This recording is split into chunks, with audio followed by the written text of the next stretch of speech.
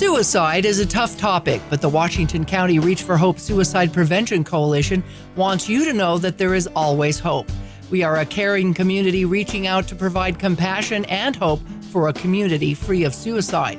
In the next half hour, we'll talk with community partners to identify risk factors, raise awareness, and discuss prevention strategies. Hello and welcome to another edition of Reach for Hope. I'm Melissa Anderson.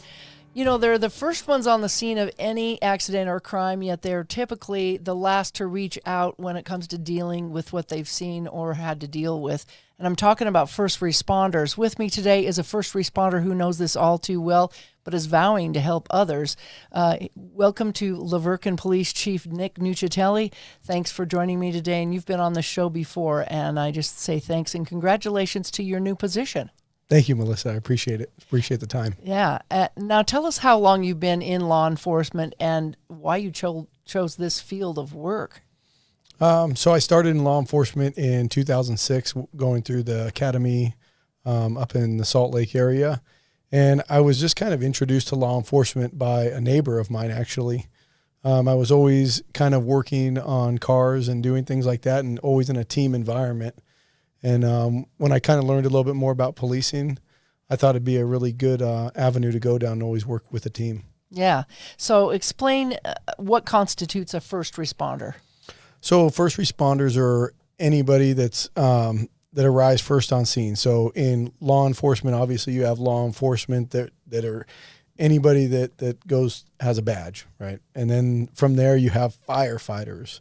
And from there, you have your next group of first responders that are in the medical field, such as nurses and doctors and EMTs that are there on call when you give 911 a call to generate an emergency.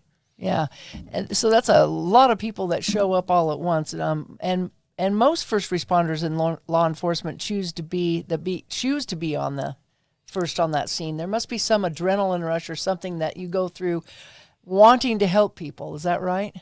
Yeah, I mean, I think one of the coolest things about, being a police officer, for me, I can't speak for the other.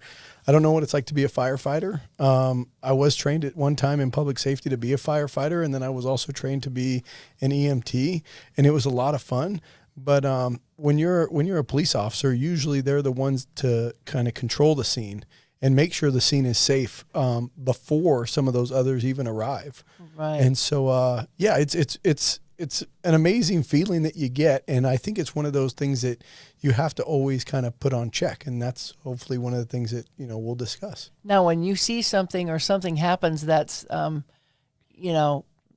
tragedy, something that other people probably wouldn't want to see or would really upset them. How does that make you feel? Or when you first experienced something like that, how did you respond to that?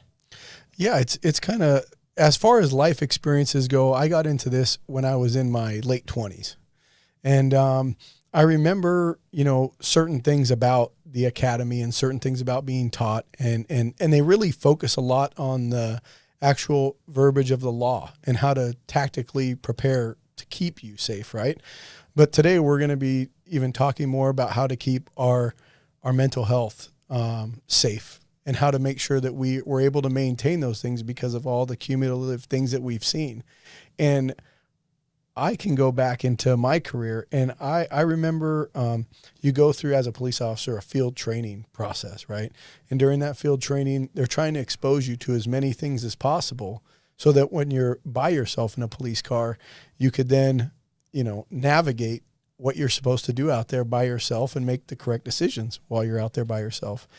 And during my field training, I never went to anything where there was like a dead body or a welfare check that then ended up being that. But a couple months after I was out by myself, I remember my very first time that I went to, they post it as a welfare check where somebody calls in to make sure, a loved one is okay. And they notice that either, they haven't been able to get in contact with them on the phone, but they heard from them a day or two before. And I remember going to this home, and the environment of the home was kind of surrounded by rocks. It was a really cool home, but the person lived there by themselves. And I remember navigating over the rocks, looking through a window, and as a police officer, you're like, hello, always announcing, always giving that reassurance. And I noticed some like a cereal bowl on the kitchen table, and nothing else around. And I was like, oh, that's kind of weird. They left their cereal bowl. And then as you kind of check out other windows and things like that, then you notice that there's a person inside the home and they're not responsive. So then, you get the right approvals to then, make entry into the home, check on the person. And I remember at that point, brand new officer, first going and with the limited training that I had for emergency response, I remember automatically checking for a pulse and checking for, heat and things like that. And I remember thinking that the person had a pulse, but it was just my pulse because I was so kind of amped up, not knowing that's what was happening. So does it take a while then to jack down from something like that? I mean, get yourself to come down and go, oh yeah, I just experienced the death of, someone's dead body. Yeah, I think it takes a while to just kind of process those things and then understand what your role is right then and there. And then have an avenue to, if you've never experienced it, maybe to talk about it and then go on with that. But as a police officer, you're going to go to multiple ones of those. I mean, and that's just a very, I don't want to say simplistic, but then from there, right, then you get in touch with the loved ones and then you get in touch with the people that called. And so I think that's what kind of builds that normalcy for those kind of calls is you have it. And after a while, you get kind of numb to it or used to it. Now, I understand there's a National Action Alliance for Suicide Prevention for law enforcement. And do fire departments or even hospitals or paramedics have immediate access to mental health care here in Utah or southern Utah if they've experienced something that's even more traumatic than that, such as a house fire where they might have found someone who was deceased due to a fire? Yeah, there's multiple outlets for, I think all first responders. Like I said, I can't really speak for the emergency medical technicians that work for, specific, but I think the majority of our groups are kind of like where I'm at. We have Hurricane Valley Fire District, and St. George has their own fire department. Washington City has their own fire department and EMTs. And I think all of those will, based under their insurance policy and stuff, have the care or have the access to it. It's just a matter of whether they go or whether they understand that those things are very valuable to them throughout the course of a career, right? Because we want to think that every day is going to go by, okay? But we're literally there to provide those emergency services. And we get very used to them. I mean, anybody that goes to that 911 call, even dispatchers who are sometimes forgotten about, right? Because they're the ones taking the call, not visually seeing what's happening. They're waiting to hear back from that kind of trauma that's going on at that place. But that trauma could be triggered. How many then first responders do we hear that have like what we call PTSD or post-traumatic stress disorder from tragic events they've experienced and they may need to go to some kind of screening or assistance for mental health? There's something called ISP, I think, that's out there for that. Yeah, they're available out there, and our latest group of insurers are really putting an emphasis on making sure that those resources are available to them. So I appreciate the fact that now we're kind of getting it out there, and letting people understand that there are those resources, and it's a matter of us taking the reins and guiding some of these folks that don't specifically know what they're going to get into, right? And giving them the opportunity to get some help. And it's really just almost like a maintenance, just like everything else, right? And so that's kind of what I'd like to do in my role as a police chief, is hopefully see some things, recognize some of these issues that come up, and then funnel them in the right direction without putting any type of dark shadow over that help. Right. And I understand there's an employee assistance program as well that is confidential. Yes. Can you tell me a little bit about that? So anytime there's a number that they could contact, and that stays within that confidentiality, there's laws that protect people from that, and they have anybody can reach out to them, any first responder. And that's 24/7. Yep. And there's a 1-800 number that goes along with that. Now, is there suicide prevention training then for law enforcement if you come upon something that's, the death of a person who took their own life? I don't know if there's any specifics, but we do talk about it, and we do investigate any type of suicide as if it's a criminal scene unless proven otherwise. So they become an investigation just like that. Yeah. But for the officers themselves, I can't recall any specific one. Yeah. But I know that over the last year and a half or 2 years, there's been a huge emphasis put on gaining the right mental health, but then also finding the right people that could then assist the first responders that are out there, because we're kind of like a dynamic entity out there, right? We're cops. We're always going to things. Yep. There's always people yelling in our face, or, every once in a while you get a nice person to buy you a cup of coffee or, treat you to a good day. But for the majority of the time, we're going to things where people are calling for our help all the time, anytime. And sometimes you need help. And sometimes. And that's important, right? How Yes. important is that, suicide prevention? It's huge. I mean, obviously, the data itself shows that, police officers are way more at risk for being involved in a suicide themselves than actually being involved in a line of duty death.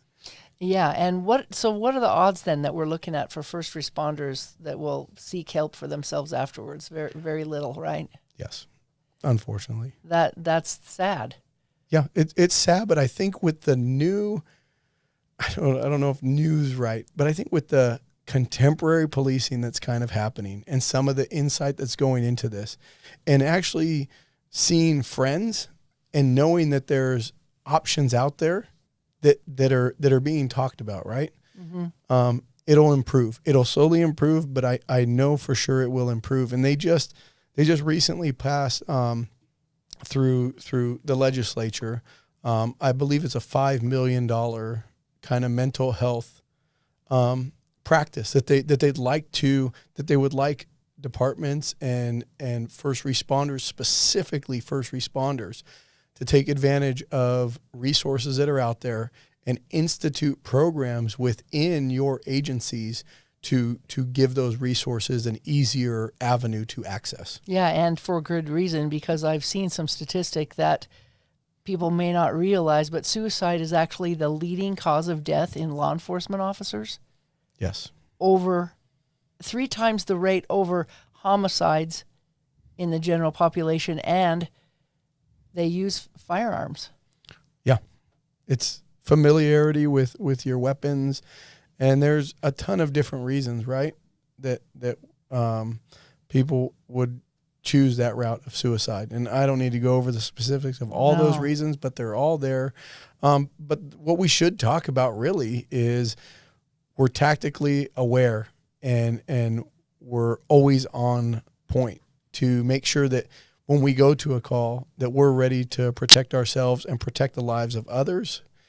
And now it's about time that when you're done with that call, that you begin to protect yourself. And these resources that are out there, the more we talk about it, the more, Reach for Hope is able to do some of these things that we do and get that just regular education out to officers. I believe they will start to take advantage of more of those resources that are out there and finding the right people that they trust and genuinely understand them to help them. Yeah, because the statistics show that more officers and firefighters died by suicide than in the line of duty in the last few years, from 2019 to 2020. Yeah. That's not acceptable. We have got to get those numbers down. Now, why do you think it is that these, I call you guys heroes among us, sometimes are the last to reach out? I really don't know. I've tried to kind of deep dive into, my own personal journeys and what it is. And I think when we take police and firefighters and all these things, we go, okay, they kind of have a invincibility to them, right? We wear bulletproof vests. We're given all the latest and greatest gear in order to protect ourselves, but we're still very human. Mm-hmm. And during that human portion of life, we shouldn't always be on 24 hours a day, 7 days a week as that police officer or as that firefighter. But if you go home with a scanner on, you're going to be that anyway. Sure. I know that. There are people that have done that. And I specifically encourage people not to do that.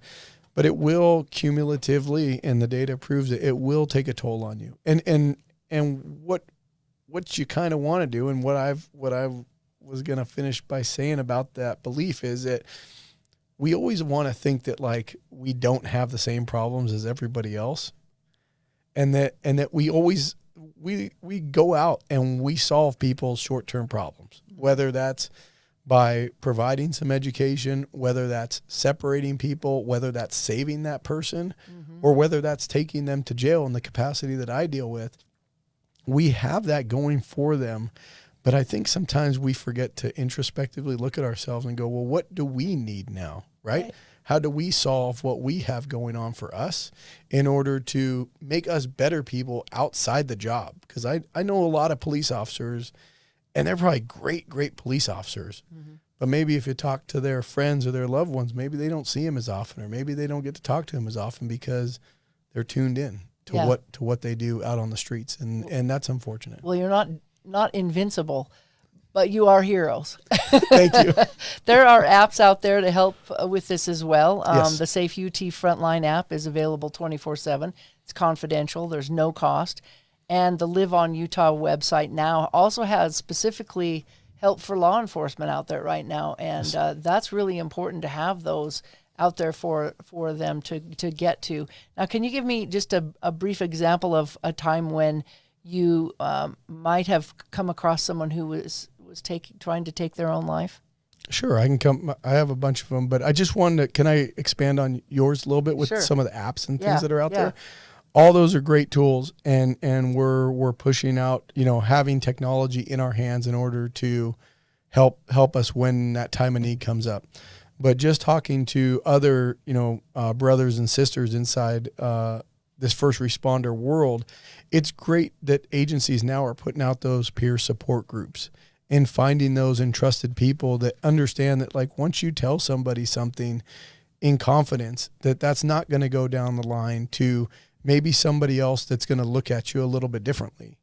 And so I think that's some of the stigma around the hero portion of us, right? That we need to allow ourselves to get out and expand on these things that are kind of weighing us down, and giving us the option to take some of that load off of our shoulders when we're not at work. And so having those peer support groups, having some of the resources such as, psychiatrists and mental health experts to go to locally is a great thing that all of our first responders should take advantage of, because it's literally free. So I don't know why you don't go and make yourself better for And free. so did you do that in something that, if you've experienced that, did you go get help? Oh, yeah. You have? Oh, yeah. Good. Oh, yeah. You're a great example, and I'm glad I got you on the show. You're a prime example. So And I have a really good, not really good, I have a great, the best kind of family. I have a wife that's been with me, for many, many years, and she's super supportive and very understanding and smart about knowing, when my kind of weight gets a little too much. And then, she's like, hey, maybe you should go do this, and maybe you should go do that. And I've done things in life that I never thought of, and like trying yoga and doing things that are just at peace, that are away from policing. meditation works. It's great. Yeah. So yes, when you go through some of these traumatic events, it is it's not mandatory yet or made, right? Like, no one can make you go get help, but we'd like to make it volunteer mandatory. There you go. That's a new word in your vocabulary.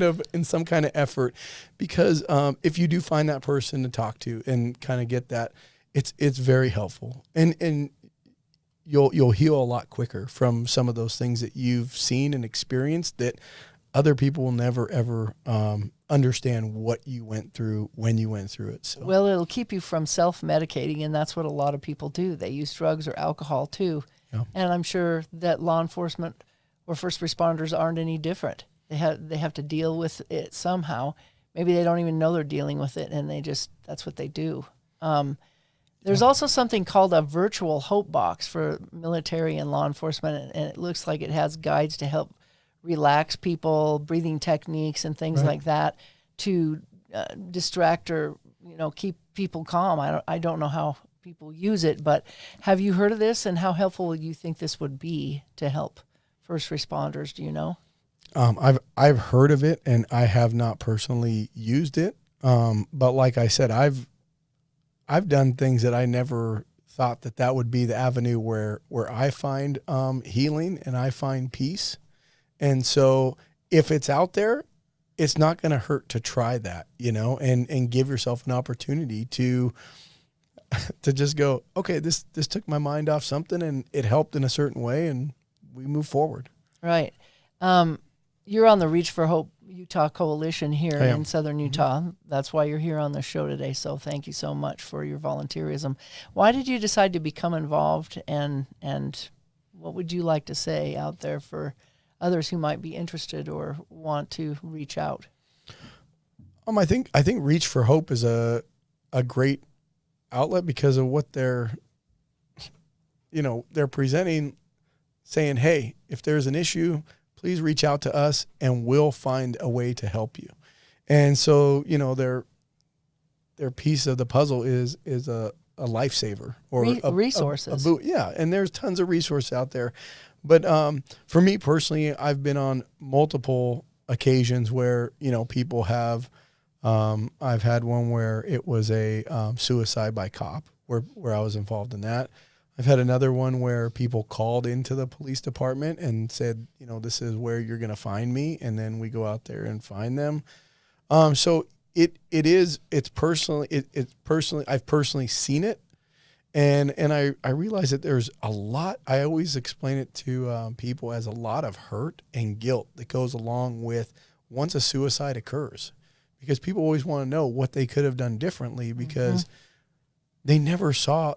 Some people say, I never saw it coming. And then we're trying to teach other people that there are things that you can look for to see it coming, whether it's an illness that exacerbates itself and then you fight through it, or whether it's a thing where they're self-medicating on alcohol or illicit drugs or things or all of these other things that constitute troubles in people's lives, daily lives. There's ways to go about finding that help, and Reach for Hope is a great avenue to do that. And I see the state of Utah is now doing, like, the Live on Utah campaign is really making a push. I mean, it's on local St. George Boulevard here. Yep. But as a police officer, I can go on about multiple stories of where, I was in the scene, right? Like somebody was trying to jump off of a bridge and I grabbed them and pull them to safety. And there's been other ones where, other officers, when you respond, they're hanging from a ceiling and they grab them and just in that specific amount of time, because of whatever it was, they weren't deceased yet.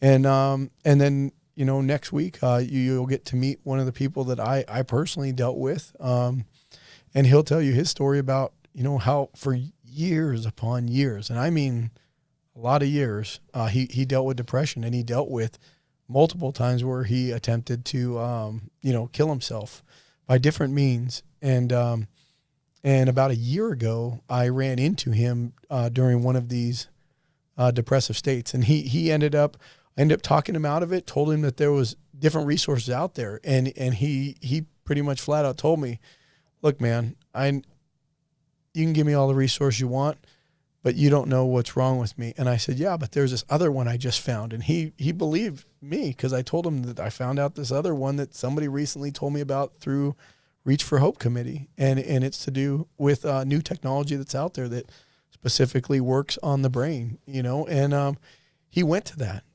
And he found it, and it's helped. And he's going to be one of the speakers next week at the Live On campaign. And so those kind of stories, those personal stories, they really mean a lot to me. Yeah. And I'll just continue to do the best I can to be an ambassador and whatever I can to help out, explain to people that there's a lot to have fun with it. And and reach for. Well, we have a car show coming up real briefly. I want you to tell me what this is on May 21st. Tell me what this is real briefly. Okay, yeah. Real briefly, it's called Rolling in the Red Rocks. It'll be at Dixie Convention Center. Deputy Graham Hancock was generous to give us a space there. So we'll have the Reach for Hope booth there with our kids' race cars, and it's a car show. Come on out. All right. I'd like to thank Dixie you. Convention Center. Yep. Thanks for joining us. And thank you for joining us. And remember, there's always hope. Reach out and help someone. Thanks a lot.